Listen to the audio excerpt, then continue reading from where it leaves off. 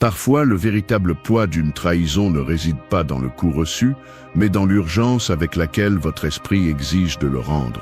Il est facile de se perdre dans la fantaisie de la vengeance, dans le désir d'équilibrer la balance à tout prix, comme si cet ajustement pouvait rendre la dignité ou le contrôle que vous avez senti vous être arraché. Mais il y a une vérité inconfortable, aucun dommage externe ne peut vous couler autant que de céder la barre de vos actions à la colère ou au ressentiment. Le stoïcisme le pose sans détour, celui qui réagit sans penser devient l'esclave de l'agresseur et sa liberté se dissout dans des impulsions étrangères à sa volonté. Il ne s'agit pas de nier la douleur ou de prétendre que rien ne s'est passé, il s'agit de décider, avec une froideur presque chirurgicale, ce que vous allez faire avec cette douleur et qui vous allez être après. La véritable revanche n'est pas de rendre le coup, mais de devenir quelqu'un qui ne peut plus être atteint par la mesquinerie des autres. L'ennemi réel est la version de vous qui veut tout détruire. Je te le dis clairement, montrer que tu as survécu, que tu as grandi et que ta vie ne dépend pas des fractures du passé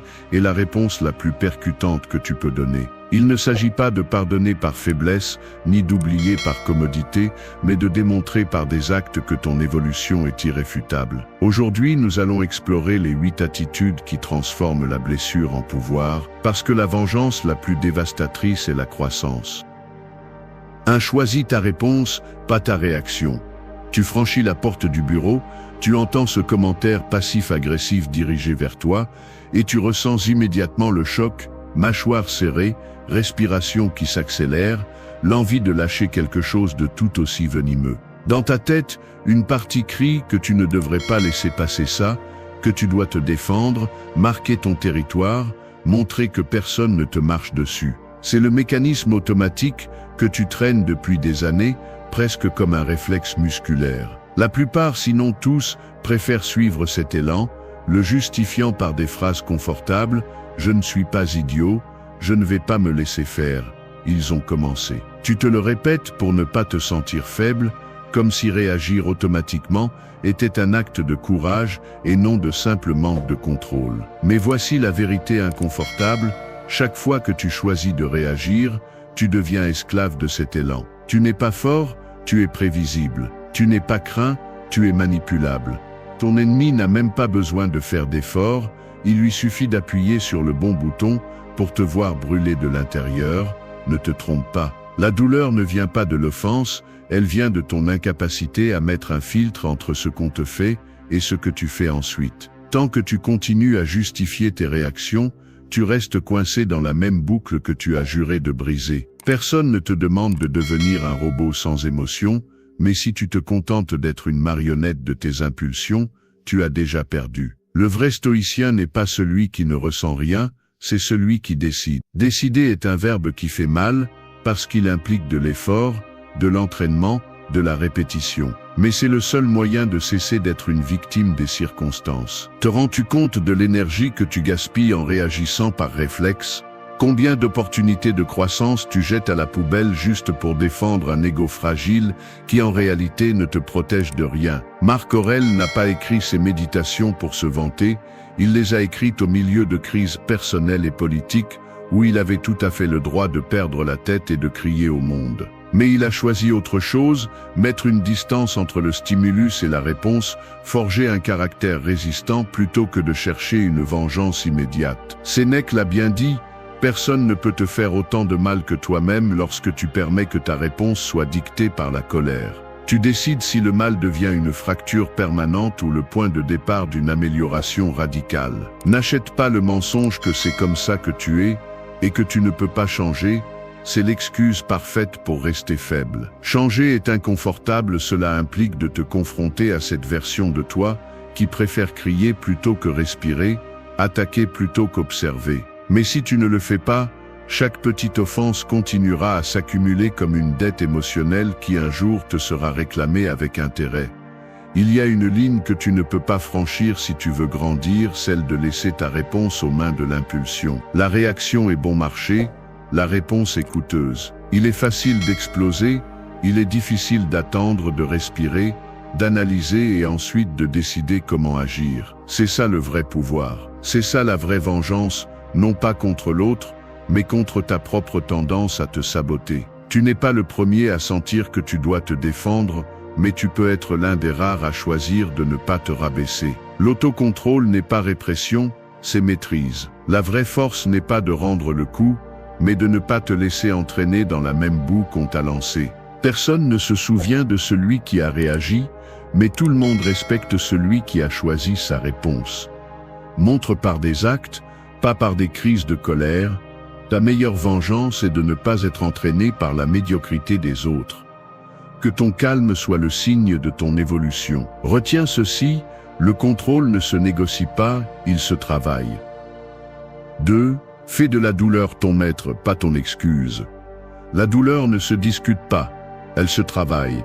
C'est la différence entre celui qui avance et celui qui reste toujours à raconter la même histoire. La première chose que fait l'esprit lorsque quelqu'un te blesse est de chercher une justification pour t'arrêter, pour ne pas continuer, pour te transformer en victime permanente. Il est confortable de penser que la douleur te donne le droit de t'arrêter, comme si la blessure était un laissez-passer pour refuser de grandir. Mais la vérité est que chaque fois que tu utilises la douleur comme excuse, tu donnes le contrôle de ta vie à celui qui t'a blessé. Tu deviens le résultat de ce qu'on t'a fait, pas de ce que tu peux construire à partir de cela. Le mal existe, oui, et nier son impact est un mensonge. Mais il y a une différence abyssale entre accepter le coup et laisser ce coup définir la limite de ta transformation. Derrière chaque réaction automatique, derrière chaque excuse que tu répètes, il y a une croyance.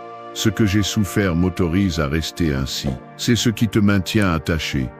La douleur est réelle, mais le pouvoir que tu as de choisir quoi faire avec cette douleur l'est aussi. C'est là que la plupart échouent. Ils croient que grandir signifie cesser de ressentir, ou que devenir fort signifie ignorer ce qui fait mal. C'est une erreur. Le stoïcisme ne te demande pas de nier la souffrance, mais de la mettre à ton service. Quand la douleur devient un maître, pas une excuse, tu découvres des ressources internes que tu n'aurais jamais connues dans le confort. Il y a une sorte de sagesse aiguisée qui n'émerge que lorsque tu cesses de chercher des coupables et que tu commences à te demander ce que tu peux apprendre de ce qui t'est arrivé. L'inconfort est un entraînement. Chaque fois que tu choisis d'avancer malgré le poids émotionnel, tu renforces le muscle de ton caractère. Chaque fois que tu t'arrêtes pour te justifier, ce muscle s'atrophie un peu plus. Il ne s'agit pas de romantiser la douleur, ni de fabriquer une sorte de fierté autour de la blessure. Il s'agit de l'utiliser comme un indicateur, ce qui te fait mal indique ce que tu dois encore travailler. Si ta réaction est de chercher une vengeance traditionnelle, tu ne fais que prolonger la chaîne de dépendance. Tu dépends de la validation externe, tu dépends de la punition, tu dépends du fait que l'autre ressente la même chose que toi. Ce n'est pas du pouvoir. C'est de l'esclavage émotionnel. En revanche, lorsque tu décides que la douleur sera l'investissement de ta croissance, que chaque blessure est un paiement anticipé pour devenir plus résistant, tu passes à un autre niveau. Ce qui était auparavant une excuse pour la stagnation devient une plateforme de relance. Le calme et le pouvoir. L'indifférence stratégique n'est pas de la froideur, c'est de la sagesse appliquée. Tu choisis quand dépenser ton énergie et quand la réserver. Celui qui apprend à vivre avec la douleur sans se laisser emporter devient inatteignable pour ceux qui cherchent à le manipuler. Personne ne viendra te reconnaître pour ce que tu as souffert, et tu n'en as pas besoin non plus. La reconnaissance la plus précieuse est de te regarder avec honnêteté et de savoir que tu n'es pas resté au même endroit, que tu as utilisé la blessure comme un moteur, pas comme une encre. La douleur est inévitable, la paralysie est optionnelle. La prochaine fois que quelque chose te blesse et que la vieille tentation de te venger te murmure à l'oreille, souviens-toi, ta transformation est la seule réponse qu'ils ne peuvent pas te prendre. Ce n'est pas l'autre qui te définit, c'est toi, quand tu décides que la douleur ne va pas gouverner tes prochains pas. Si tu fais de la douleur ton maître, personne ne pourra jamais l'utiliser contre toi. C'est la leçon qui sépare ceux qui survivent de ceux qui évoluent. 3. Brise le cycle des dommages, sans concession. Personne ne va briser le cycle des dommages pour toi. Si tu continues à attendre que le temps, les excuses ou la justice externe te rendent la paix, tu vas rester coincé dans la même cage, année après année. Ce n'est pas agréable à entendre, mais le cycle ne s'arrête que lorsque tu le coupes, et cela exige une décision brutale, arrêter de chercher réparation dans la réaction et commencer à investir dans ta propre transformation. Pense aux gestes quotidiens que tu traînes quand quelqu'un te blesse, poing serré sous la table, regard qui se durcit, conversation interne que tu répètes en te couchant, repassant encore et encore ce que tu aurais dû dire ou faire. Cette usure s'accumule, se remarque dans le corps, dans la posture, dans le ton avec lequel tu parles à ceux qui ne t'ont rien fait. Le dommage s'infiltre dans tes jours comme une humidité silencieuse, déformant chaque tentative de construire quelque chose de nouveau. Mais il y a une sortie, et elle n'a rien à voir avec la vengeance. La vérité est que le cycle des dommages ne se brise pas en rendant le coup, mais en refusant d'être défini par ce qu'on t'a fait. Il n'y a pas de magie là-dedans. C'est observer l'impulsion de répondre, ressentir l'envie de répliquer le dommage à l'identique et choisir une autre voie. Tu le vois dans les détails minuscules, la respiration que tu décides de prolonger avant de parler, les secondes que tu te donnes avant de répondre à un message qui t'irrite, l'effort conscient de détendre les épaules quand tout ton corps exige de l'attention. Chacun de ces gestes, bien qu'ils semblent insignifiants, sont des pierres que tu poses pour ériger un mur entre toi et l'héritage de douleur que d'autres essaient de te transmettre. La blessure ne commande dans ta vie que si tu lui donnes le commandement.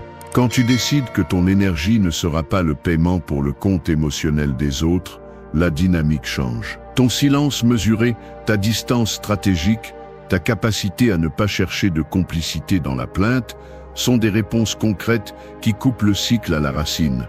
Ne confonds pas ce contrôle avec une indifférence creuse. Ça se voit différemment, c'est le regard qui ne cherche plus l'approbation de celui qui t'a blessé, la voix qui ne tremble pas quand elle pose des limites, la routine qui se concentre sur tes propres projets et non sur des règlements de compte. Celui qui brise le cycle n'est pas celui qui oublie, mais celui qui refuse de passer une seule minute de plus à alimenter la chaîne du ressentiment. En pratique, cela signifie que ta journée ne tourne plus autour de ce qu'on t'a fait. Cela signifie que tu peux entrer dans ce même espace, voir la personne qui t'a blessé et ne pas porter l'attention de prouver quoi que ce soit. Le véritable pouvoir n'est pas que l'autre souffre, mais que tu ne dépendes plus de son dommage pour te sentir vivant ou justifié. Voilà à quoi ressemble la vengeance stoïcienne, avancer pendant que d'autres restent embourbés dans le même jeu.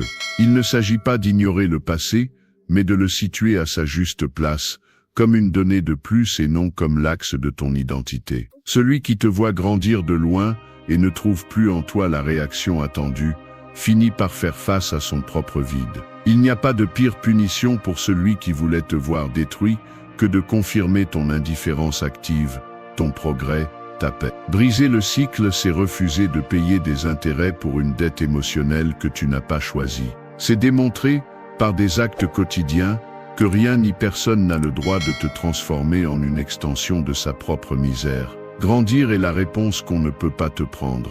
Le calme entraîné est la plus grande insulte pour celui qui a parié sur ta ruine. Si tu veux cesser d'être l'otage du dommage, commence par une décision, tu ne vas pas perpétuer la chaîne, sans concession. C'est la victoire qui compte. 4. Maîtrise ton esprit, pas ton environnement.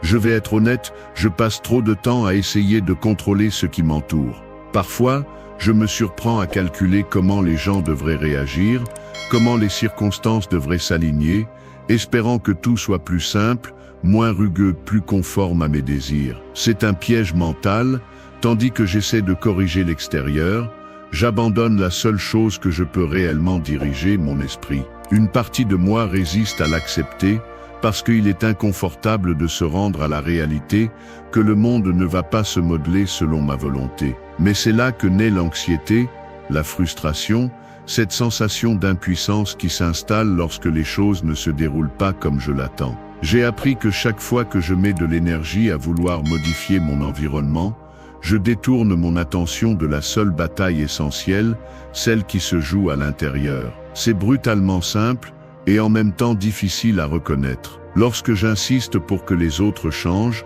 que la météo s'améliore, que l'économie me soit favorable, je deviens l'otage de ce que je ne contrôle pas. C'est comme signer un contrat invisible où je cède ma paix et mon pouvoir aux circonstances. Je le sais, et pourtant je retombe encore et encore dans le piège de penser Quand tout sera en ordre dehors, alors je me sentirai bien. C'est un mensonge confortable, une justification qui anesthésie la responsabilité de prendre en charge ce que je pense et comment je réagis. Le véritable contrôle n'est pas à l'extérieur. L'environnement ne se soumet pas à mes attentes. L'esprit, en revanche, peut être entraîné. Tu as pouvoir sur ton esprit, non sur les événements, répète Marc Aurèle. C'est une vérité inconfortable, mais c'est le cœur même de la liberté réelle. La force ne consiste pas à dominer l'extérieur, mais à se dominer soi-même face à l'extérieur. Je me rends compte que l'esprit fabrique des histoires pour me protéger de l'effort de changer. Il me dit que si j'ajuste quelque chose dehors, je me sentirai mieux dedans. Mais l'expérience me montre l'inverse.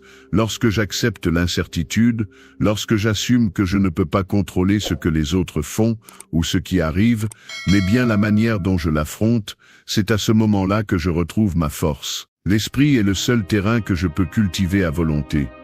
Les pensées automatiques, plaintes, peurs, ressentiments sont des habitudes que l'on peut démonter, mais seulement si je les observe sans me mentir. Il n'y a pas de raccourci, l'entraînement est quotidien, inconfortable, parfois désespérant. Mais chaque fois que je parviens à créer une distance entre l'impulsion de contrôler et la décision de me gouverner moi-même, une réserve de force se construit, une force qui ne dépend de rien ni de personne. L'environnement peut être hostile, injuste, chaotique, cela ne changera jamais complètement.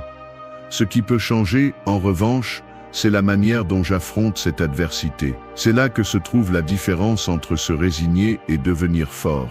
L'esprit est un muscle, il s'entraîne dans l'inconfort, dans le renoncement au contrôle externe, dans le choix conscient de la manière d'interpréter la réalité. Ne cherche pas à ce que le monde s'adapte à tes désirs, conquiers ton propre esprit. C'est là la victoire que personne ne pourra jamais t'enlever. 5. Ta tranquillité est ta plus grande victoire. Je vais te dire quelque chose que tu n'admets probablement pas même devant le miroir. Au fond, tu as peur de paraître faible, si tu ne réponds pas rapidement, si tu n'élèves pas la voix, si tu ne montres pas que rien, ni personne ne peut te vaincre. Cette peur est ce qui te fait perdre ton calme, parce qu'en réalité, ce n'est pas que tu es courageux, mais que tu ne supportes pas la moindre sensation d'être minimisé. Tu as appris à identifier le calme avec la résignation, comme si c'était synonyme de ne rien te soucier ou de laisser les autres te marcher dessus. Mais c'est le mensonge le plus coûteux que tu as avalé. Tu as confondu réaction avec force et tu t'accroches à cette confusion parce que cela t'évite de faire face à l'inconfort de ne pas contrôler la perception des autres. Tu appelles cela ne pas te laisser faire, alors qu'en réalité c'est une incapacité à tolérer ton propre inconfort. Tu ne perds pas ton calme parce qu'on te provoque, tu le perds parce que tu ne supportes pas la tension de ne pas répondre juste quand ton orgueil l'exige. C'est là le véritable conflit. Ce n'est pas le dommage externe, c'est ta guerre interne contre l'inconfort de te sentir insuffisant. Personne ne te le dit clairement, mais tant que tu chercheras la victoire dans la réaction, tu resteras aussi petit que ceux qui t'ont fait du mal. Il est facile de feindre la dignité pendant que tu exploses. Mais il est difficile de garder son calme lorsque tout ton système nerveux exige une revanche. C'est là que la plupart se brisent, ils ne supportent pas le silence, ils ne supportent pas la patience, ils ne supportent pas de se voir eux-mêmes endurer. Mais le calme n'est pas endurer pour endurer, c'est mettre en pause le désordre pour que tu puisses voir clairement. Ce n'est pas de l'apathie, ni de la froideur, ni de la déconnexion, c'est le résultat d'avoir travaillé ta résistance interne jusqu'à ce que tu n'aies plus besoin d'exploser pour te sentir présent. Le monde est plein de gens qui disent que les choses ne les affectent pas, mais leur corps les trahit, des postures rigides, de petites vengeances déguisées en sarcasme, des conversations répétées dans leur tête chaque nuit. Ce n'est pas du calme, c'est de la répression mal gérée qui ne fait qu'accumuler une dette émotionnelle. Ta plus grande victoire n'est pas que l'autre souffre, ni même qu'il reconnaisse ce qu'il a fait. C'est que tu puisses rester ferme sans vendre ton énergie au moindre stimulus. Il y a ceux qui croient que le calme est une reddition, mais la réalité est que seuls les plus fragiles réagissent à tout. Ceux qui maîtrisent vraiment le jeu sont ceux qui peuvent choisir quand et comment dépenser leur énergie. Tu n'es pas fort parce que tu ripostes, tu es fort quand tu peux regarder le dommage en face et ne pas le laisser dicter tes mouvements. Le calme est une discipline de haut niveau, l'autocontrôle est ton muscle le plus coûteux à entraîner parce qu'il implique d'avaler ton orgueil, de cesser d'agir sous pression et de commencer à répondre par décision. Ne te trompe pas avec des excuses comme « c'est comme ça que je suis »,« je ne peux pas l'éviter »,« je l'ai cherché parce que j'ai gardé le silence ». Ces phrases ne font que te maintenir attaché au passé et à ta version la plus faible. Tu veux une vraie revanche? Tu veux montrer que rien ne te renverse, alors tais-toi à l'intérieur, respire et conserve ton énergie pour ce qui compte. Celui qui a besoin d'exploser pour se sentir vivant reste l'esclave de ce qu'on lui a fait. Le calme n'est pas un silence vide, c'est un contrôle efficace. Se maîtriser soi-même, c'est humilier l'ennemi en silence. C'est la ligne qui sépare ceux qui survivent de ceux qui conquièrent leurs propres limites. Si chaque fois que quelqu'un appuie sur le bon bouton tu perds ton calme, tu n'es ni fort ni libre, tu es prévisible. Tu deviens un jouet entre les mains de celui qui sait comment te déstabiliser. Le calme ne s'improvise pas, il se cultive. Chaque moment où tu choisis de ne pas réagir, chaque fois que tu supportes le poids de l'inconfort, sans chercher un soulagement immédiat, tu accumules des victoires qui ne se voient pas, mais qui font la différence entre une vie traînée et une vie construite. Le stoïcien n'est pas celui qui feint l'impassibilité, mais celui qui a entraîné son esprit pour que rien d'externe ne lui vole le gouvernail. Ton calme est la preuve que tu as survécu et grandi. C'est quelque chose que personne ne peut te prendre. La tranquillité conquise est le coup le plus précis que tu peux donner. Ton calme est ta victoire, ta réaction, ta condamnation. Si tu veux montrer que le dommage ne te définit pas, commence par renoncer à la nécessité de répondre à chaque provocation. Le véritable respect se gagne lorsque tu n'es plus facile à bouger, lorsque ton énergie n'est pas aux enchères pour quiconque veut te provoquer. C'est le calme qui dérange celui qui a parié te voir tomber. Entraîne-le jusqu'à ce que tu n'aies plus rien à prouver. 6. Rends visible ton changement, pas ton ressentiment. Tu ouvres le chat de travail et tu vois que le même collègue de toujours lance une insinuation déguisée en blague. Tu ressens l'envie de répondre, de clarifier ta version, de demander des explications ou pire, d'écrire à quelqu'un d'autre pour chercher des alliés dans ton inconfort. Mais à la fin, tu te contentes de laisser le message vu et pendant que tu t'éloignes du clavier, tu ressens cette inquiétude interne qui te demande de la validation. Tu ne veux pas rester avec le sentiment de défaite, mais tu ne veux pas non plus te rabaisser au jeu des provocations. Ici apparaît le vrai dilemme, montrer ce qui te fait mal ou montrer ce qui ne t'affecte plus. La tentation de rendre public ton ressentiment est énorme parce que tu crois que si les autres voient qu'ils t'ont blessé, il y aura justice ou au moins reconnaissance. Mais cela n'arrive jamais. Ce qui est vraiment exposé, c'est la partie de toi qui reste attachée aux griffes, comme si ton identité dépendait du fait que les autres sachent que tu as été blessé. À ce stade, l'esprit commence à fabriquer des arguments pour justifier la réaction. Il n'est pas juste de rester silencieux, je dois fixer des limites, si je ne le dis pas, cela se répète. Mais en réalité, la limite la plus puissante n'est pas celle que tu indiques vers l'extérieur, mais celle que tu décides de marquer dans ton propre comportement. Le ressentiment cherche des scénarios, cherche des témoins, a besoin de se valider à travers le récit. C'est pourquoi tu te découvres en train de répéter l'histoire, cherchant de l'empathie, espérant que quelqu'un confirme ta version. Mais chaque fois que tu rends visible ta blessure et non ta croissance, tu renforces le rôle de victime. Tu deviens prévisible, facile à lire, quelqu'un qui continue à orbiter autour de la même blessure. Montrer le changement, en revanche, est beaucoup plus inconfortable parce qu'il ne donne pas la gratification immédiate de la compassion, ni la fausse sensation de justice.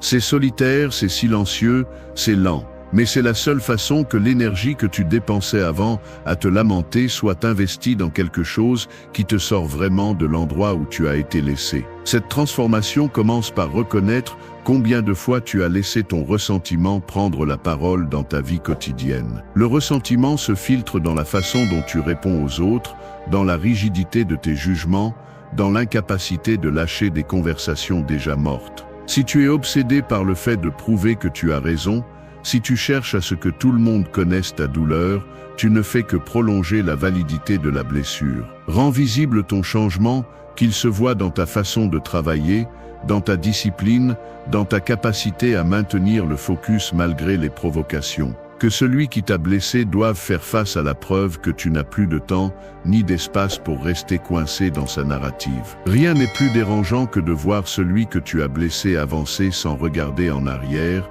Le véritable respect ne se gagne pas en rendant public le griffe, mais en rendant évident qu'il ne te définit plus. Ton histoire peut avoir été marquée par la blessure, mais ton présent doit être écrit par la transformation. Il n'est pas nécessaire de l'annoncer. Les gens le voient quand ta vie cesse de tourner autour de la blessure et commence à tourner autour de tes projets, de ton calme, de ta cohérence. Fais de ton progrès la seule explication dont les autres ont besoin. C'est la ligne qui sépare la croissance de la stagnation. La prochaine fois que tu ressens cette urgence de réclamer, d'expliquer, de chercher reconnaissance pour ce que tu as souffert, arrête-toi. Choisis que ce qui est visible soit ton avancement, pas ton ressentiment. Parce que ce que tu montres est ce qui compte. Si ta blessure est la plus visible, personne ne verra le changement. Si ta transformation occupe le premier plan, le dommage perd de l'importance. Laisse ton changement parler pour toi. C'est la seule victoire qui n'a pas besoin de témoins. Sept, maîtrise ton impulsion, renforce ta volonté. Maîtriser l'impulsion est la différence entre vivre à la merci des autres ou vivre selon tes propres termes. Observe la scène, des doigts tambourinant sur la table, la mâchoire serrée, le regard fixé sur le sol pendant que ton esprit repasse le grief. Tout ton corps demande une décharge, un geste impulsif qui te redonne le sentiment de contrôle immédiat. Mais si tu cèdes, tout ce que tu obtiens est d'hypothéquer ta volonté à un instant de satisfaction éphémère. L'impulsion est bruyante, toujours urgente, toujours exigeante d'attention. La volonté, en revanche, s'exprime dans ce que tu ne fais pas, dans le silence que tu choisis, dans la pause inconfortable avant de lâcher un mot de trop, dans la respiration qui s'allonge quand tout ton système exige une réponse instantanée. Chaque fois que tu réussis à contenir cette première poussée, tu construis une structure interne capable de supporter le poids du monde sans se fracturer. Pense aux petits détails, la façon dont tes épaules se tendent lorsque ton nom apparaît dans une conversation tendue, la façon dont tes doigts cherchent le téléphone pour écrire un message que tu n'as pas besoin d'envoyer, l'impulsion de hausser la voix lorsque l'orgueil se sent menacé. Chaque geste est un avertissement, une alarme interne qui te signale le point exact où ton ego veut prendre le contrôle. Si tu laisses cette impulsion te gouverner, tu deviens un reflet programmé, facile à anticiper, facile à manipuler. En revanche, lorsque tu choisis de t'arrêter, même 3 secondes avant d'agir, tu donnes à ta volonté l'espace dont elle a besoin pour grandir. L'autocontrôle n'est pas un acte héroïque, c'est un entraînement quotidien. On le voit dans l'expression contenue, dans la posture que tu adoucis volontairement, dans la décision de ne pas ajouter de mots vides à une discussion qui ne fait que s'épuiser. Il ne s'agit pas de nier l'inconfort, il s'agit d'apprendre à le soutenir sans chercher un soulagement immédiat. La plupart échouent ici, ils ne supportent pas le vide entre le stimulus et la réponse, ce silence où la volonté se forge ou se rend. Mais c'est justement là, dans cet intervalle, que se joue ton véritable pouvoir. Si tu es capable de supporter la pression interne sans céder, tu gagnes une force que personne ne peut te prendre. Celui qui maîtrise son impulsion n'est pas indifférent ni insensible, c'est quelqu'un qui a appris à faire la différence entre ce qu'il ressent et ce qu'il décide de faire avec. La croissance se voit dans ce que tu choisis de ne pas nourrir. La force est de résister au premier désir, la sagesse, de ne pas le justifier ensuite. C'est une ligne qui sépare ceux qui restent coincés dans le mal de ceux qui avancent sans permission. Regarde les marques que laisse l'autocontrôle dans la vie quotidienne, des agendas qui sont respectés même s'il n'y a pas d'applaudissements, des réponses minimales face aux provocations, de l'énergie investie dans des projets personnels et non dans la correction de la narration des autres. Celui qui maîtrise son impulsion se reconnaît parce qu'il ne vit pas en s'expliquant, il n'a pas besoin de témoins pour confirmer son évolution. Le respect authentique naît lorsque les autres réalisent qu'ils ne peuvent plus tirer tes ficelles, que ta réaction n'est pas aux enchères et que ta volonté pèse plus que toute provocation externe. C'est ici que la véritable vengeance prend forme non pas dans la réplique bruyante, mais dans l'avancée silencieuse. Peut-être que ce ne sera pas facile au début. Le corps proteste, l'esprit exige une revanche, l'orgueil réclame une scène. Mais chaque fois que tu choisis de retarder la réaction, chaque fois que tu supportes la chaleur interne sans la laisser sortir sous forme d'attaque, tu renforces le muscle le plus difficile à entraîner, la volonté. Que ton autocontrôle soit visible dans ta démarche, dans le regard qui ne cherche plus l'approbation, dans les actions qui n'ont pas besoin d'explication. Celui qui maîtrise son impulsion devient maître de son destin. Fais-le évident dans tes gestes, dans tes poses, dans la façon dont tu priorises ton énergie. Maîtrise ton impulsion, renforce ta volonté. C'est là que commence la véritable transformation que personne ne peut te prendre. 8. Construis une vie qui ne dépend pas du passé. Laisser ta vie être définie par le passé est la manière la plus efficace de saboter toute réelle opportunité de liberté.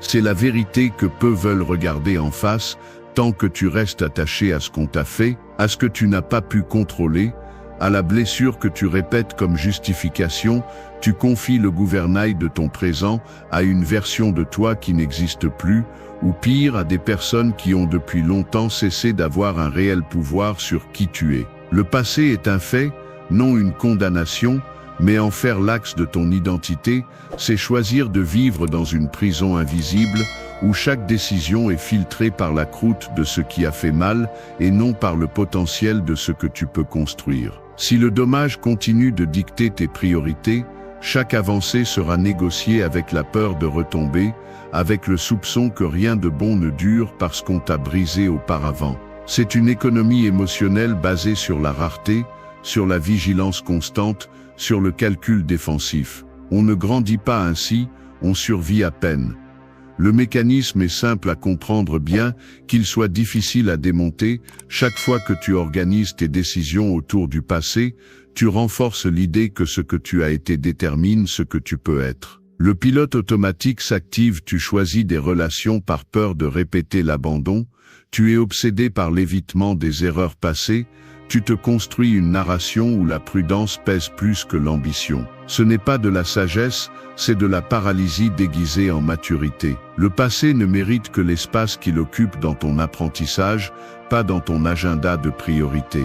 Lorsque tu te surprends à justifier tes limites actuelles par de vieilles anecdotes, arrête-toi. Demande-toi si ce filtre sert encore à ta croissance ou s'il n'est qu'une excuse confortable pour éviter le risque d'essayer à nouveau. Le prix de l'utilisation du passé comme bouclier est élevé. Tu perds en spontanéité, en créativité et surtout en capacité à te surprendre toi-même. Tu n'es pas la somme de tes blessures. Tu es la décision de guérir. Cette ligne doit te guider chaque fois que le souvenir du dommage veut dicter la direction de tes pas. Construire une vie non dépendante du passé ne signifie pas nier ce que tu as vécu, ni prétendre que rien ne te touche. C'est un travail minutieux de séparation et de mise à jour. Séparer ce qui était réel de ce qui est maintenant seulement une interprétation addictive, mettre à jour les règles que tu as utilisées pour survivre, car aujourd'hui, tu n'as plus besoin de te défendre contre les mêmes ennemis, ni d'anticiper les mêmes menaces. L'entraînement ici est mental. Identifier chaque schéma que tu répètes simplement parce qu'il a fonctionné pour éviter la douleur et te demander quel sens il a aujourd'hui. Ce processus est inconfortable car il implique de laisser de côté la sécurité de ce qui est connu, même si ce qui est connu est la souffrance. L'attachement au passé est souvent une tentative de conserver l'identité au milieu de l'incertitude. Mais l'évolution exige de lâcher prise. Si chaque projet, chaque lien, chaque habitude est choisie en fonction de ne pas être blessé à nouveau, la vie se réduit à un exercice de contrôle, pas d'expansion. La stratégie stoïcienne propose quelque chose de plus radical et courageux, faire de ton présent un territoire où le passé n'a pas de vote, seulement une voix. Tu peux écouter ce qui a été, extraire la leçon, puis décider à partir de la liberté de celui qui n'est plus obligé de répéter le même cycle. La seule loyauté que tu dois avoir est envers l'avenir que tu peux construire, pas envers la version brisée que ton histoire a produite. Cela exige une vigilance interne, car de temps en temps le passé essaiera de s'immiscer, déguisé en prudence ou en fausse humilité, pour te rappeler tes limites. C'est alors que tu dois être brutalement honnête. Vis-tu pour ne pas répéter la douleur, ou pour découvrir jusqu'où tu peux aller si tu secoues l'héritage de la blessure? Le passé est une donnée, pas une destination. Grave cette phrase, qu'elle régit tes décisions les plus importantes. La conséquence de cette approche est claire, tu deviens imprévisible pour ceux qui pariaient que tu continuerais à tourner autour de la blessure. Ton énergie est libérée pour de nouveaux projets. Ta confiance n'est plus l'otage de vieilles erreurs. Tes relations sont choisies à partir de l'abondance et non de la réparation. Tu comprends que le véritable progrès n'est pas un acte de revanche contre ceux qui t'ont blessé, mais une affirmation que le dommage n'a pas le droit d'organiser ta vie. Tu deviens architecte, pas restaurateur perpétuel de ruines étrangères. C'est le seul avenir qui vaut la peine, celui qui ne demande pas la permission au passé pour exister. Danke, dass du bis zum Ende des Videos geblieben bist. Wenn du alles gesehen hast, kommentiere, ich bin stoisch, als unser geheimes Zeichen, zu wissen, dass du ein wahrer Schüler des Stoizismus bist. Vergiss nicht, den Kanal zu abonnieren und das Video zu liken, wenn es dir gefallen hat. La colère, cette étincelle qui allume des incendies dans la poitrine et ne laisse derrière elle que des cendres. Nous l'avons tous ressenti, cette pression qui monte au visage, cette envie de répondre, de crier, d'imposer. Mais le problème n'est pas de la ressentir, mais de la laisser décider pour toi. La plupart des gens ne maîtrisent pas leur esprit. Ils réagissent simplement. Ils sont comme des feuilles que le vent déplace en fonction du climat émotionnel du jour. Aujourd'hui, quelqu'un les regarde mal, ils explosent. Demain, on les ignore, ils se sentent blessés. Et ils vivent ainsi, dépendant du comportement des autres, pour déterminer leur propre paix. Le stoïcisme enseigne quelque chose de différent, que la véritable force n'est pas dans le fait de frapper, ni d'avoir raison, mais de rester inébranlable lorsque tout autour de toi essaie de te sortir de ton centre. Maîtriser la colère n'est pas la cacher, c'est la regarder dans les yeux et ne pas lui permettre de prendre le contrôle. Il ne s'agit pas d'être indifférent, mais d'être maître de soi-même. Car celui qui se contrôle se gouverne, et celui qui se gouverne est libre. Marc Aurèle a écrit que la meilleure vengeance contre ceux qui te font du mal est de ne pas leur ressembler. Et cela signifie garder son calme quand le reste se perd dans le chaos. Le sage n'a pas besoin de prouver qu'il a du pouvoir. Sa sérénité le prouve déjà. Le calme n'est pas une faiblesse, c'est une forme silencieuse de pouvoir. Et c'est le but, atteindre un esprit si ferme qu'aucune provocation extérieure ne peut le briser. Alors, ce n'est pas un message pour ceux qui cherchent à éteindre le feu par peur, mais pour ceux qui veulent apprendre à marcher entre les flammes sans se brûler. Parce que la colère ne disparaît pas, elle se transforme. Et quand tu réussis à transformer ce feu en clarté, tu découvres quelque chose que peu de gens comprennent, que rien ni personne ne peut te voler la paix quand tu en es le gardien. Sois le gardien de votre paix intérieure. Imaginez que votre esprit est un temple construit au sommet d'une montagne. Peu importe la force du vent ou le nombre de tonnerres qui grondent autour de lui, sa structure reste intacte car elle a été construite sur des fondations solides. Ce temple est votre paix intérieure. Et en être le gardien signifie ne pas permettre à n'importe quel visiteur d'y entrer pour le profaner. Chaque émotion, chaque pensée, chaque provocation est une porte que vous décidez d'ouvrir ou de garder fermée. La plupart des gens vivent avec les portes grandes ouvertes, laissant les autres entrer, crier, détruire et partir. Mais celui qui comprend la valeur de sa tranquillité apprend à poser des limites même dans son propre esprit. Être le gardien de votre paix n'est pas un acte passif, c'est une vigilance constante. C'est observer les pensées qui tentent d'entrer et reconnaître celles qui sont déguisées en justice, fierté ou ego. La colère, par exemple, arrive avec l'apparence de la force, mais cherche seulement à vous diviser de l'intérieur. Elle vous promet le contrôle, mais ce qu'elle donne est la perte. Chaque fois que vous réagissez avec colère, vous cédez votre pouvoir à l'extérieur. Vous donnez les clés de votre temple à celui qui le mérite le moins. Le stoïcisme enseigne que personne ne peut vous perturber sans votre consentement. Et cela inclut vos propres émotions. Un homme sage ne permet pas que l'opinion d'autrui détermine son état mental. Il ne discute pas avec celui qui cherche le conflit. Il n'essaie pas de convaincre celui qui ne veut pas comprendre. Son silence n'est pas une faiblesse, c'est une maîtrise. Garder son calme, lorsque l'environnement s'effondre, n'est pas de l'indifférence, c'est de l'intelligence émotionnelle à l'état pur. La véritable force ne crie pas, ne réagit pas, n'a pas besoin de s'imposer. Elle reste simplement ferme en son centre, consciente que celui qui domine son esprit domine son destin. Être le gardien de votre paix implique aussi de renoncer au désir d'avoir toujours raison. Beaucoup perdent leur sérénité en défendant leur fierté, sans se rendre compte que gagner une discussion ne signifie pas toujours gagner dans la vie. Parfois, le plus grand acte de pouvoir est de se retirer sans ressentiment. Le calme est une forme de sagesse, car il vous permet de voir au-delà de l'émotion immédiate. Quand vous êtes en paix, vous voyez les choses telles qu'elles sont, pas comme l'ego veut qu'elles soient. Chaque jour, le monde vous mettra à l'épreuve. Il y aura des mots qui chercheront à vous offenser, des injustices qui voudront vous sortir de votre centre et des personnes qui essaieront de vous entraîner dans leur chaos. Mais si votre esprit est bien entraîné, rien de tout cela ne pourra vous toucher. Votre force ne dépend pas de ce qui se passe à l'extérieur, mais de ce que vous décidez de permettre à l'intérieur.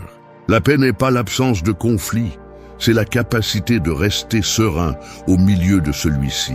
Et cette sérénité n'est atteinte que lorsque vous vous rendez responsable de votre propre état intérieur. Alors, élevez vos murs, non pas pour vous isoler, mais pour protéger ce que vous avez de plus précieux, votre stabilité. Ne nourrissez pas les discussions vides, ne répondez pas au feu par le feu. Respirez, observez, et souvenez-vous que l'esprit tranquille voit des solutions là où l'esprit agité ne voit que des ennemis. La colère détruit de l'intérieur, mais le calme construit des empires invisibles. Et lorsque vous apprenez à garder votre paix avec discipline, vous découvrez que rien ni personne ne peut vous dominer, car vous avez déjà conquis le territoire le plus difficile, votre propre intérieur. 2. Transforme la réaction en sagesse. L'esprit humain est comme un champ fertile, où tout ce qui est planté pousse. Mais toutes les graines qui arrivent ne méritent pas d'être cultivées. La colère, la frustration, le ressentiment et le besoin de réponse immédiate sont des graines qui germent rapidement, mais qui détruisent le sol avec le temps. Apprendre à transformer la réaction en sagesse, c'est comme nettoyer ce terrain, reconnaître quelles émotions doivent être nourries et lesquelles doivent être arrachées avant qu'elles n'envahissent tout le jardin intérieur. Quand quelque chose te provoque, ton corps réagit avant ton esprit. C'est instinctif. Le sang s'accélère, le cœur bat plus fort, la voix veut s'imposer.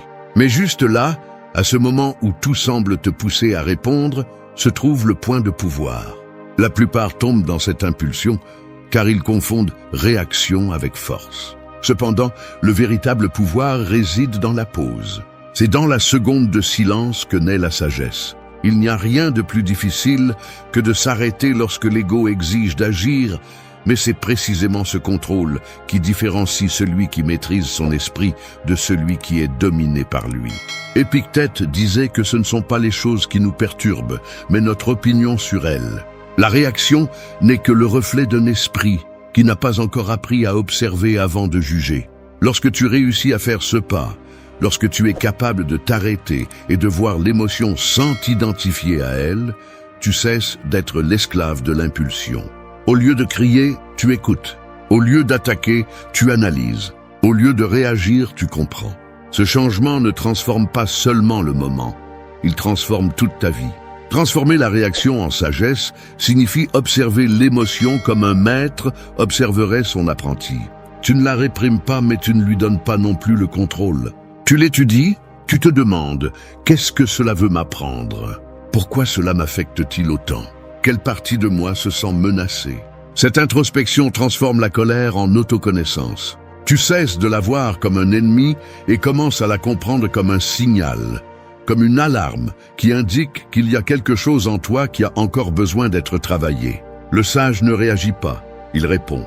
Et il y a une grande différence. Réagir, c'est agir sous l'impulsion, la douleur ou l'offense. Répondre, c'est agir à partir de la compréhension. La réaction naît de l'ego, la réponse naît de la raison.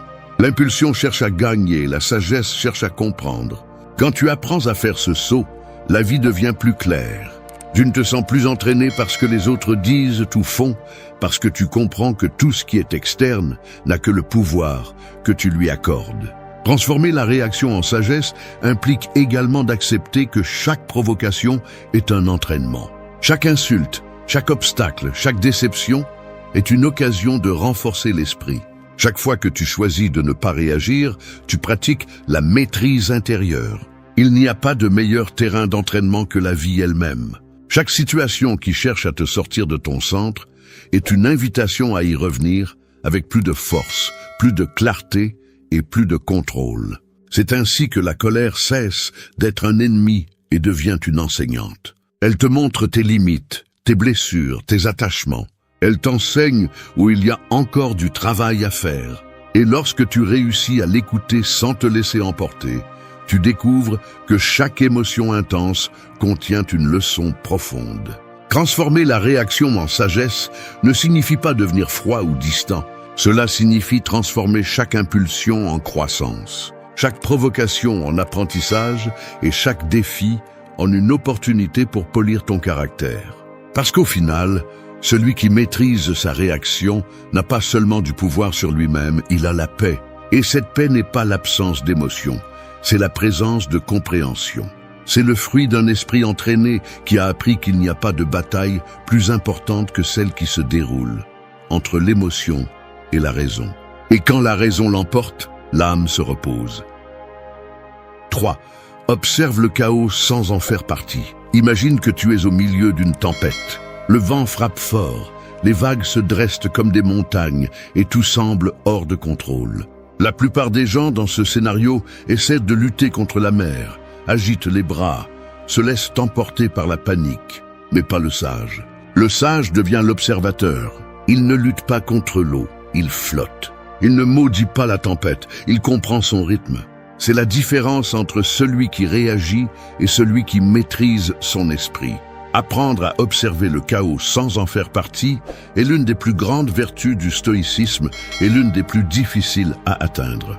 Nous vivons entourés de bruit, de personnes qui déchargent leurs frustrations, de situations qui cherchent à t'entraîner dans leur drame. Les réseaux, les conversations, les opinions, tout semble conçu pour provoquer une réaction. Mais le chaos n'a de pouvoir que si tu y participes. Si tu décides de l'observer sans l'absorber, il cesse de t'affecter. Le monde restera turbulent, mais tu peux rester calme, car le chaos extérieur ne peut détruire celui qui a trouvé l'ordre intérieur. Marc Aurèle a écrit que l'homme sage reste debout comme un rocher face aux vagues. Les eaux peuvent frapper encore et encore, mais le rocher reste immobile, impassible. Non pas parce qu'il ne ressent pas le choc, mais parce qu'il sait que sa force réside dans sa stabilité. Lorsque tu arrives à observer sans t'impliquer, sans répondre avec la même énergie que le conflit, tu découvres que la vie a un autre rythme. Tout ne mérite pas ta réaction. Tout n'a pas besoin de ton opinion. Tout ne requiert pas ton énergie.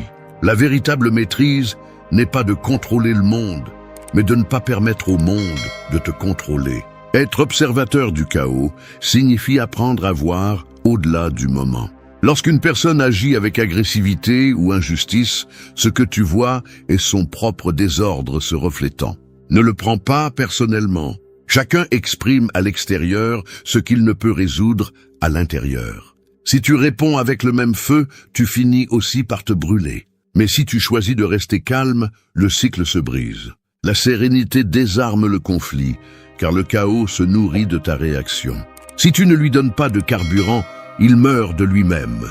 Observer le chaos implique aussi de comprendre que tu ne peux pas tout réparer. Beaucoup de personnes portent le poids de vouloir changer le comportement des autres ou le cours des choses, alors qu'en réalité, la seule chose qu'ils ont besoin de changer est leur façon de les percevoir. Le contrôle est dans ton approche, pas dans l'environnement.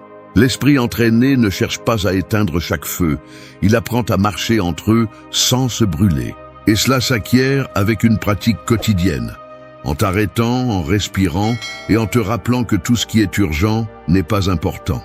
Il y aura des moments où la vie semblera injuste, où le chaos te touchera directement, où le coup sera personnel. Même alors, tu peux choisir ta réponse. Tu peux devenir une partie du désordre ou tu peux rester le témoin qui apprend, Il ne s'agit pas d'ignorer ce qui se passe, mais de ne pas te perdre dedans. L'observation consciente te donne de la perspective, et la perspective te donne du pouvoir. Le sage voit le chaos comme un test, pas comme une menace. Il sait que plus la tempête est grande, plus l'opportunité de se renforcer est grande. Chaque conflit, chaque déception, chaque offense est un entraînement pour l'âme. Si tu réagis, tu perds de l'énergie. Si tu observes, tu apprends. Et celui qui apprend évolue. Observer le chaos sans en faire partie est la façon la plus silencieuse de démontrer la force. Parce que pendant que tout le monde crie, toi, tu comprends. Pendant que tout le monde s'agite, toi, tu analyses. Et pendant que tout le monde se perd dans la marée, toi, tu gardes le cap. Maîtriser l'art de l'observation, c'est maîtriser la vie elle-même. Le chaos ne disparaîtra pas, mais tu ne seras plus sa victime. Tu apprends à voir sans absorber, à comprendre sans réagir et à maintenir ta paix même lorsque le monde entier semble brûler. Parce que le véritable pouvoir n'est pas d'arrêter la tempête, mais d'apprendre à rester serein sous la pluie. 4. Garde ton esprit fermé au poison de la colère. Pense à ton esprit comme à un calice rempli d'eau pure. Chaque pensée, mot ou émotion que tu acceptes tombe dedans comme une goutte qui peut maintenir sa clarté ou la troubler complètement. La colère est comme le poison que quelqu'un essaie de verser dans ce calice, espérant que tu le boiras sans réfléchir. Mais le sage ne le fait pas. Le sage observe l'intention, ressent l'impulsion et choisit de ne pas le boire.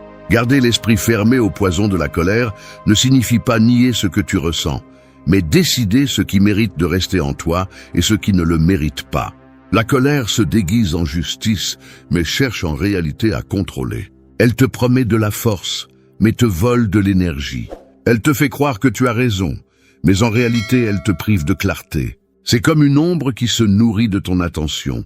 Plus tu te concentres sur elle, plus elle grandit. Les stoïciens comprenaient très bien cela. Épictète disait que celui qui se met en colère pour des choses qui ne dépendent pas de lui devient son esclave. Chaque fois que tu réagis à quelque chose hors de ton contrôle, tu cèdes une partie de ta liberté. Et la liberté intérieure est la chose la plus précieuse que tu possèdes. Fermer l'esprit au poison signifie apprendre à reconnaître quand quelque chose essaie de manipuler tes émotions. Une provocation, un mot blessant, une erreur d'autrui, tous sont des tests pour ton autocontrôle. Si tu réponds immédiatement, tu perds le pouvoir. Mais si tu t'arrêtes, si tu observes le poison avant de le laisser entrer, tu le neutralises. Personne ne peut contaminer ta paix si tu ne le permets pas. L'esprit discipliné ne se laisse pas infiltrer par des pensées qui détruisent son équilibre. Le stoïcien ne devient pas de pierre, il devient conscient. Il sait que la colère est un feu qui ne distingue pas entre l'ennemi et le porteur. Si tu la nourris, elle finira par te consumer aussi. C'est pourquoi, quand quelqu'un cherche à te provoquer, ce n'est pas un défi à ton ego, c'est une opportunité pour entraîner ton esprit. Tu peux répondre avec fureur ou avec calme. Tu peux te rabaisser au niveau de celui qui cherche le conflit ou t'élever au-dessus de lui. Chaque choix est un coup de ciseau dans ton caractère. Garder ton esprit fermé à la colère implique aussi de ne pas nourrir les pensées qui la soutiennent. Car la colère ne naît pas seulement du moment, elle se prolonge aussi avec la mémoire. Revivre une offense, répéter une dispute dans ta tête, imaginer des réponses que tu n'as pas données, c'est comme boire du même poison, encore et encore. Sénèque avertissait que la colère est une folie brève, mais que le ressentiment en est l'écho prolongé. Si tu ne l'arrêtes pas, cet écho te poursuit. C'est pourquoi quand quelque chose te perturbe, respire, prends du recul et observe sans t'accrocher. Ce que tu ne nourris pas se dissout. En pratique, fermer ton esprit au poison de la colère se traduit par des décisions simples mais puissantes. Ne pas répondre immédiatement, ne pas prendre les choses personnellement, ne pas discuter par impulsion, ne pas garder de rancune. Ces petits choix sont des boucliers mentaux. Ils te protègent sans te durcir. Le calme n'est pas une faiblesse, c'est une défense. Et la sérénité n'est pas une passivité, c'est une stratégie. L'esprit qui apprend à fermer ses portes au poison conserve sa pureté même dans des environnements toxiques. Il ne se laisse pas contaminer par les émotions des autres, ni par son propre passé. Il reste ferme, concentré, libre. Et cette liberté n'est pas de l'indifférence, c'est de la sagesse émotionnelle. Car celui qui parvient à ne pas se laisser dominer par la colère atteint quelque chose que peu de gens connaissent. La tranquillité profonde de celui qui n'a plus besoin de se battre avec le monde pour être en paix avec lui-même. Maîtriser cet art ne se fait pas du jour au lendemain, mais chaque fois que tu choisis le silence sur la réaction, la réflexion sur l'impulsion et la paix sur l'orgueil, tu renforces ton bouclier. Et avec le temps, tu te rends compte que la vie n'est pas plus tranquille parce qu'il y a moins de chaos, mais parce que tu as appris à ne pas laisser le chaos entrer en toi. 5. Maîtrise ce que tu contrôles et libère ce que tu ne contrôles pas. Imagine que tu tiens une corde. D'un côté, tu tires, de l'autre, toutes les choses que tu ne peux pas contrôler, les opinions, les erreurs du passé, les décisions des autres, les résultats incertains. Plus tu t'efforces de tirer, plus tu te fais mal. Les mains commencent à faire mal, la peau se fend, la tension monte, mais tu continues à tirer parce que tu crois que c'est ainsi que tu reprendras le contrôle. Jusqu'à ce que tu comprennes que la véritable force n'est pas dans le fait de serrer plus fort, mais de lâcher prise. Maîtriser ce que tu contrôles et libérer ce que tu ne contrôles pas, c'est apprendre à distinguer ce qui t'appartient de ce qui n'a jamais été sous ton pouvoir. Le stoïcisme repose sur une vérité simple et libératrice. Il y a des choses qui dépendent de toi et d'autres qui ne dépendent pas de toi. Toute souffrance inutile naît lorsque tu confonds cette frontière. Tu essaies de changer les autres, de contrôler l'avenir, d'éviter l'erreur, d'assurer l'incertain.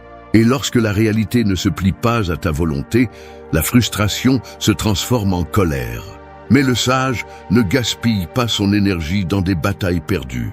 Il l'investit dans la maîtrise de ce qu'il peut, ses pensées, ses jugements, ses actions. Tout le reste, il l'observe avec acceptation. Marc Aurèle disait que la sérénité vient de l'alignement avec la nature des choses. Je ne peux pas arrêter la pluie, mais tu peux décider de ne pas te mouiller plus que nécessaire. Tu ne peux pas contrôler ce que les autres pensent, mais tu peux contrôler ta réaction. Tu ne peux pas arrêter le temps, mais tu peux profiter de chaque instant avec vertu. C'est la maîtrise intérieure que personne ne peut te prendre. Chaque fois que tu choisis de te concentrer sur ce qui dépend de toi, tu reprends ton pouvoir. L'esprit sans discipline cherche à contrôler l'extérieur parce qu'il craint de regarder à l'intérieur. Il est plus facile de blâmer le monde que d'assumer la responsabilité. Mais le stoïcien comprend que la paix ne se trouve pas dans la manipulation des circonstances, mais dans le gouvernement de soi. Si quelqu'un t'offense, tu peux réagir avec colère ou garder ton calme. Si quelque chose échoue, tu peux te lamenter ou apprendre. Si le destin change tes plans, tu peux résister ou t'adapter. Dans chaque cas, le choix t'appartient. Ce qui importe n'est pas ce qui se passe, mais comment tu y fais face. Maîtriser ce que tu contrôles signifie aussi lâcher la nécessité de la perfection. Beaucoup se mettent en colère parce que la vie ne se déroule pas comme ils l'espéraient, parce que les gens n'agissent pas selon leur scénario interne. Mais le monde n'existe pas pour répondre à tes attentes. Plus tôt tu l'accepteras, plus tu te sentiras libre. L'acceptation n'est pas la reddition, c'est l'intelligence. C'est reconnaître la différence entre lutter contre la mer ou apprendre à la naviguer. Lâcher ce que tu ne contrôles pas n'est pas de l'indifférence, c'est de la sagesse. C'est comprendre qu'il y a des forces plus grandes que toi et que lutter contre elles ne fait que t'épuiser. Parfois, perdre le contrôle est la seule façon de le gagner. Parce que lorsque tu cesses de résister, la clarté apparaît. L'esprit cesse de se battre et commence à agir depuis le calme. Et depuis ce calme, les décisions sont plus sages, les émotions plus légères et la vie plus sereine. Alors, chaque jour, rappelle-toi cette question. Cela dépend-il de moi ou non ? Si la réponse est oui, agis avec détermination. Si la réponse est non, lâche-le avec dignité. Tout ne mérite pas ton énergie, tout ne nécessite pas ton attention. L'esprit qui comprend cela devient invincible, parce que rien ne peut perturber celui qui ne se bat que les batailles qu'il peut gagner. Et la plus grande de toutes, celle qui définit vraiment ton destin, sera toujours celle qui se déroule en toi. Celle de rester maître de toi-même pendant que le monde continue de tourner comme il le souhaite. 6. Réponds par le silence lorsque le bruit cherche à te provoquer. Imagine que tu marches dans un marché rempli de voix, de cris, de disputes et de vendeurs essayant de capter ton attention. Tous te proposent quelque chose. Tous veulent que tu réagisses, que tu achètes, que tu répondes. Mais toi, tu continues à marcher sans t'arrêter, sans perdre le cap, sans dépenser ton énergie à chaque tentative de distraction. Ce marché, c'est la vie, et le silence est ta meilleure défense. Dans un monde où tout le monde parle, où tout le monde cherche à avoir le dernier mot, celui qui sait se taire démontre une force que peu comprennent. Répondre par le silence n'est pas une faiblesse, c'est une maîtrise.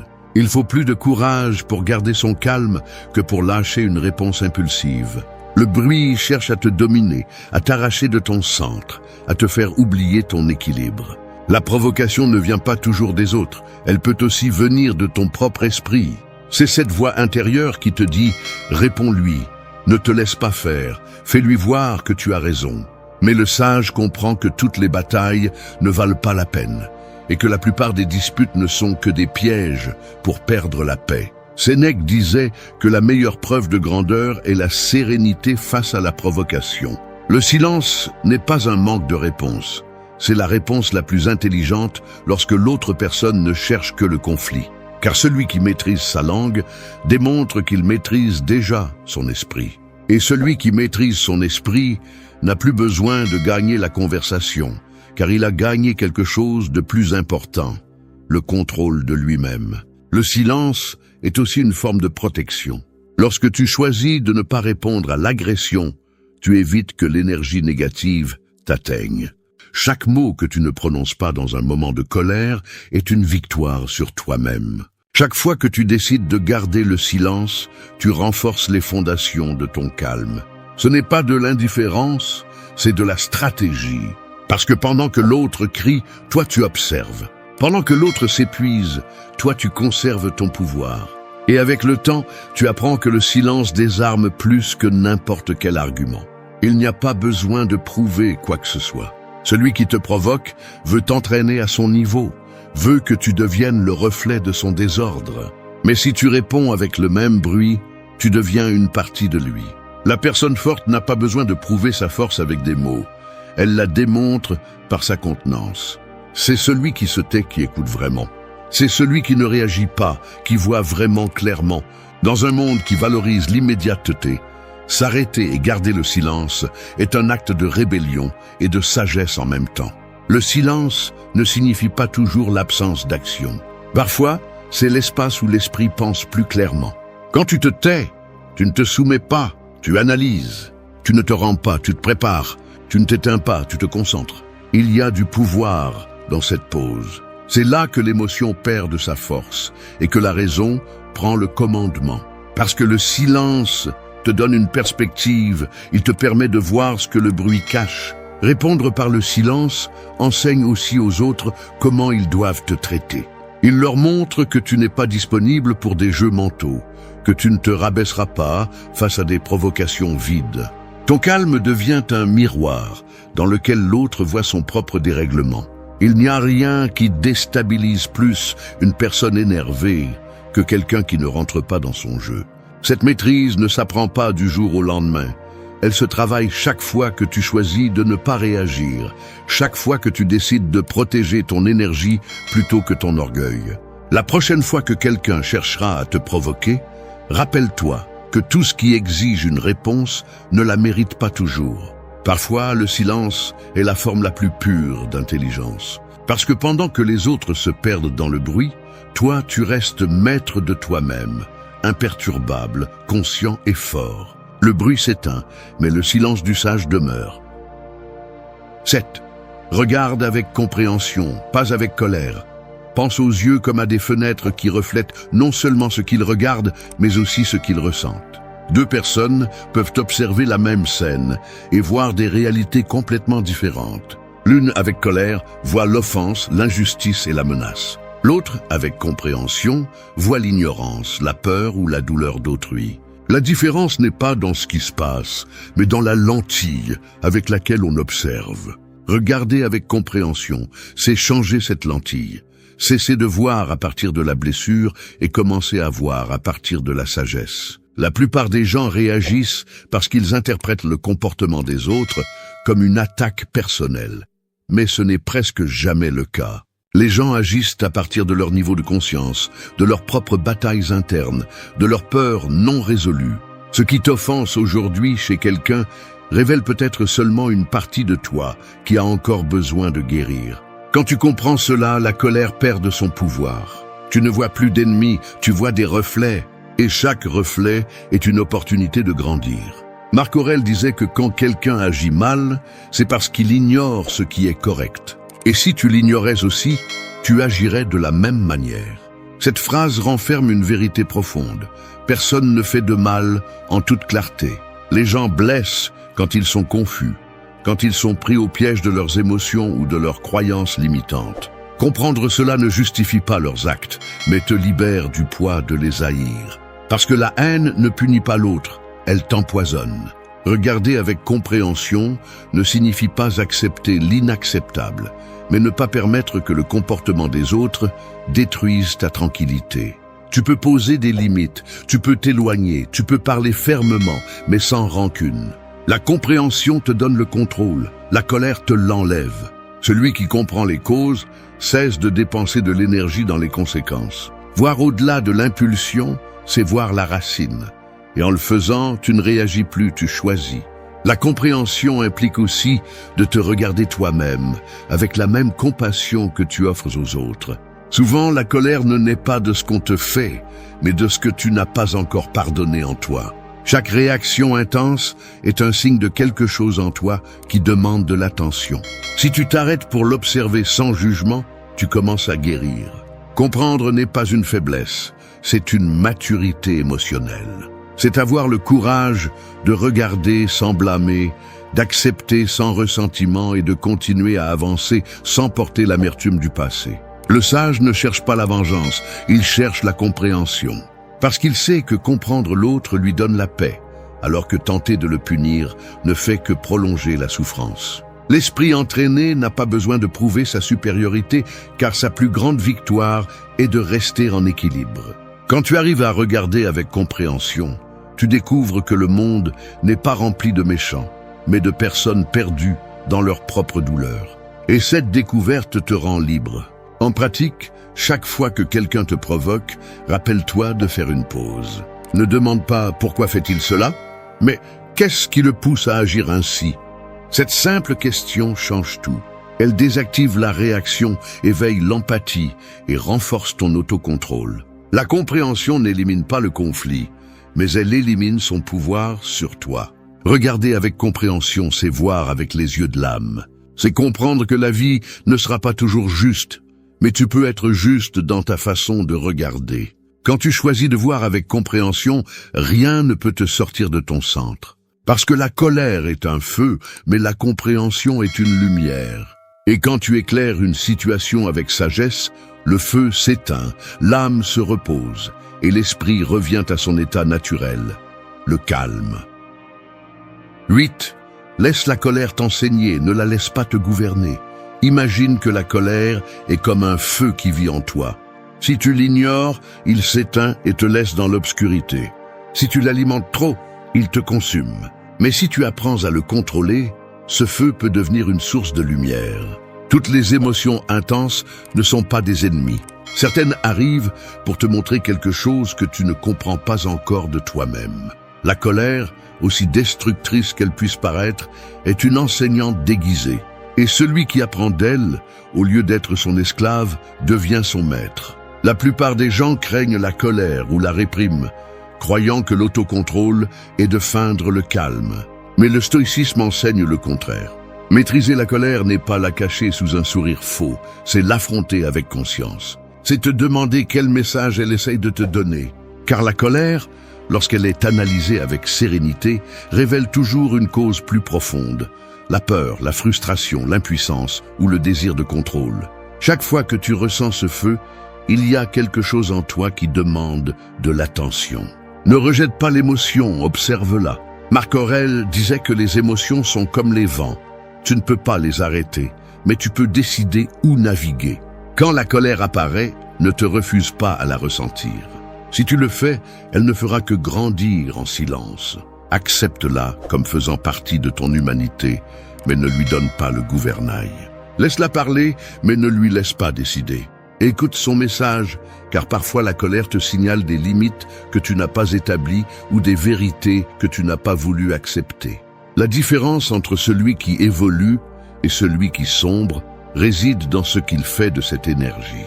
Transformer la colère en enseignante, c'est utiliser son intensité pour te renforcer. Au lieu de crier, réfléchis. Au lieu d'attaquer, comprends. Au lieu de réagir, canalise. Chaque fois que tu choisis de ne pas agir sur l'impulsion, ton esprit devient plus clair, ton caractère plus ferme et ton énergie plus pure. La colère peut détruire ou construire selon qui la contrôle. Si tu la gouvernes, elle te pousse. Si tu la laisses te gouverner, elle te perd. Le sage utilise la colère comme un miroir. Il ne la craint pas, car il sait que chaque fois qu'elle apparaît, c'est une occasion de mieux se connaître. Il l'observe, apprend d'elle et la transforme en action consciente. C'est la différence entre celui qui brûle et celui qui illumine. Car la colère incontrôlée est un feu qui détruit, mais la colère comprise est un feu qui purifie. Alors, la prochaine fois que tu ressens cette chaleur montante en toi, ne l'éteins pas et ne la déchaîne pas.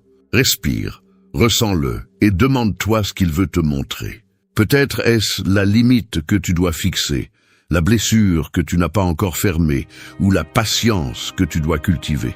Laisse-la t'enseigner. Car lorsque la colère cesse d'être ton ennemi et devient ton enseignante, tu accomplis ce que peu de gens réussissent, transformer le feu intérieur en lumière qui guide et non en flamme qui brûle. Danke, dass du bis zum Ende des Videos geblieben bist. Wenn du alles gesehen hast, kommentiere, ich bin stoisch, als unser geheimes Zeichen, zu wissen, dass du ein wahrer Schüler des Stoizismus bist. Vergiss nicht, den Kanal zu abonnieren und das Video zu liken, wenn es dir gefallen hat. Wir sehen uns im nächsten Video und denke daran,